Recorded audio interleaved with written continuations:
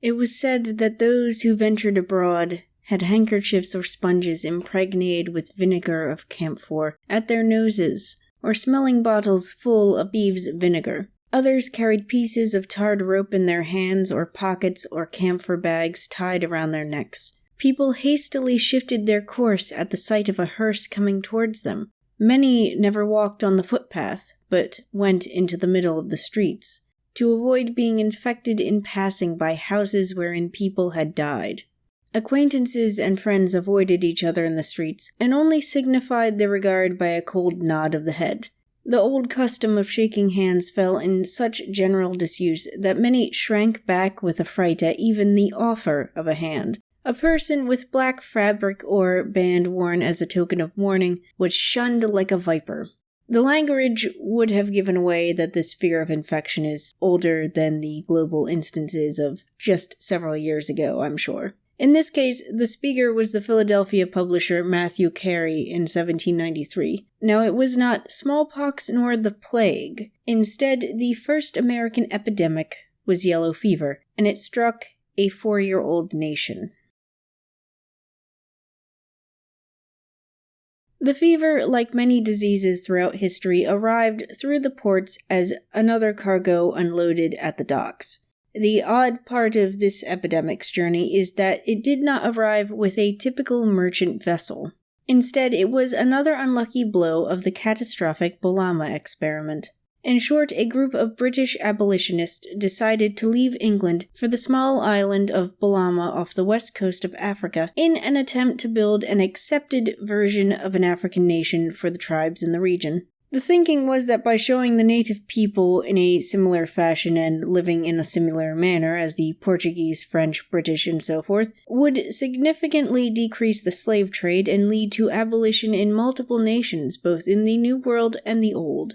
Suffice it to say, that was not the case. The settlers didn't speak the language, were attacked for supplies, and those who did not make it to the ship during the attack were either killed or enslaved. The survivors limped across the Atlantic in one ship, which made port at Philadelphia, the capital of the newly created United States of America. If you'd like to hear more about the ill-fated Bolama experiment, leave a comment below. If there's enough interest, it'll be one of the future videos on this channel. Now, back to yellow fever. The ship that left Bolama and docked at Philadelphia unknowingly carried mosquito larvae in their drinking water barrels. When they left, many were already sick, and the growing mosquitoes also carried a strain of yellow fever. Initially, they docked at ports in the Caribbean, but they were driven out due to the obvious ill people aboard. They and many refugees fleeing fighting between colonists and the French in places like San Domingo in the region ended up in Philadelphia. Unfortunately for the nascent capital, the city was located around marshland. In addition, overflow from nearby rivers like the Delaware and Schuylkill brought dead fish and trash ashore in stagnant pools that remained after the flooding subsided. In short, it was the perfect breeding ground for mosquitoes. Now, the importance of these annoying summer insects is that they would feed on an infected person and then regurgitate infected blood into the next host they attach to. Yes, mosquitoes vomit small amounts of blood when they bite you. While this information wasn't known in 1793, everyone knew about the resulting fevers. As historian Bob Arnbeck put it, fever was to the 18th century what cancer is to today. Fever is what people feared would cause their deaths. The Bolama ship docked in a city that a few months before had suffered an outbreak of mumps and scarlet fever. If you thought this would put the city on alert when a ship full of sick refugees and abandoned colonists docked, you'd be wrong. In a city with high population of Quakers with a charity-focused outlook, the sorry state of the new arrivals and their tales of destruction led to announcements asking for charity in the city newspapers and flyers on bar doors.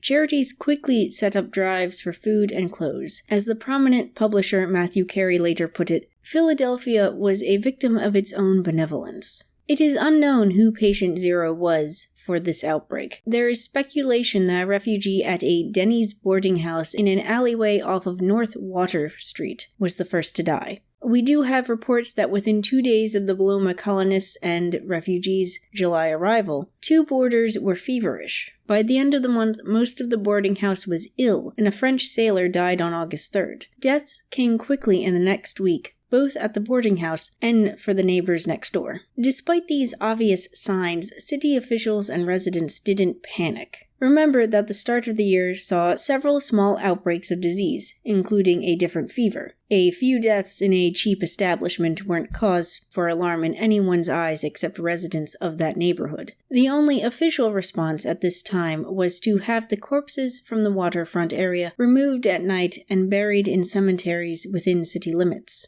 This calm didn't last as the disease spread out from the port. Residents became alarmed as their neighbors were in good health one day, ill the next, and dead at the end of the week. As this turned into an epidemic, a shocking percentage of city residents had either fled, fallen ill, or died within a few weeks. To put it in perspective, it is thought the U.S. now suffered a higher death toll from this yellow fever outbreak in the summer and fall of 1793 than it did during the Revolutionary War. That is an affected area of basically one city compared to an entire nation. In a city that was the center of national medical knowledge, and with the highest number of doctors, said doctors did not realize the cause was mosquitoes infected with yellow fever virus.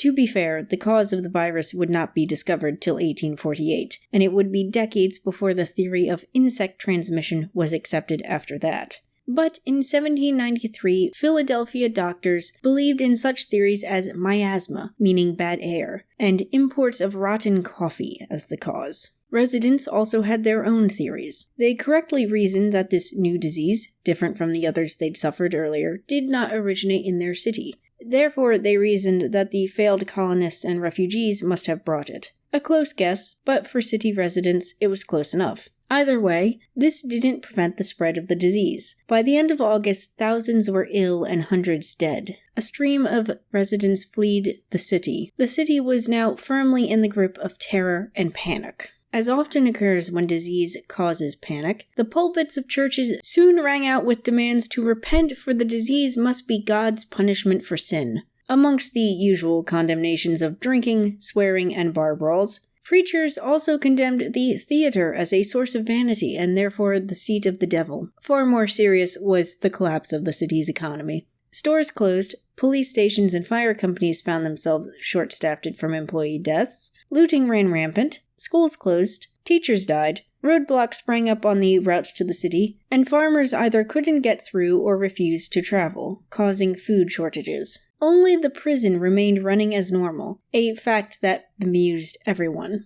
They were further confused when the jailer fell ill and died while the inmates remained healthy. The reality was that the jail was located away from mosquito breeding grounds, grew their own vegetables in a garden on the grounds, and practiced forced daily cold baths. In other words, it was not an environment conducive to insects that lived in hot, humid climates. Unfortunately for the jailer, he did not live full-time at the prison. It was not just the city, but also the nascent federal government in the original capital that suffered. The state and justice departments effectively shut down as practically all employees were either ill, dead, or fled. Initially, President Washington and others refused to leave the city. As deaths mounted beyond 30 a day and offices were forced to shut for lack of working bodies, Washington was forced to give the evacuation order for the remainder of the federal government. Only a handful of postal workers and treasury clerks working customs remained by the end of the year when the fall frost killed the virus-bearing mosquitoes. While the 1790 Residence Act set the future U.S. Capitol in the not-yet-constructed Washington, D.C., many had been fighting to have it remain in Philadelphia. The yellow fever epidemic put an end to such talk. Instead, the federal government continued its future move to Washington, D.C., a city built in swampy land in the South. As for the city's residents, by the end, about 6,000 people, or 1/10 of the population of Philadelphia, had died over 100 days. The growth of the city slowed and briefly reversed as approximately 17,000 to 23,000 people moved to the countryside. To put that in perspective, the population was about 60,000 people at the start of the outbreak. Between deaths and evacuations, the population dropped to about 34,000. Thank you for watching. Subscribe and hit the like button or leave a comment. If you enjoyed the video, you might want to check out the others on the channel. After all, there's always more history.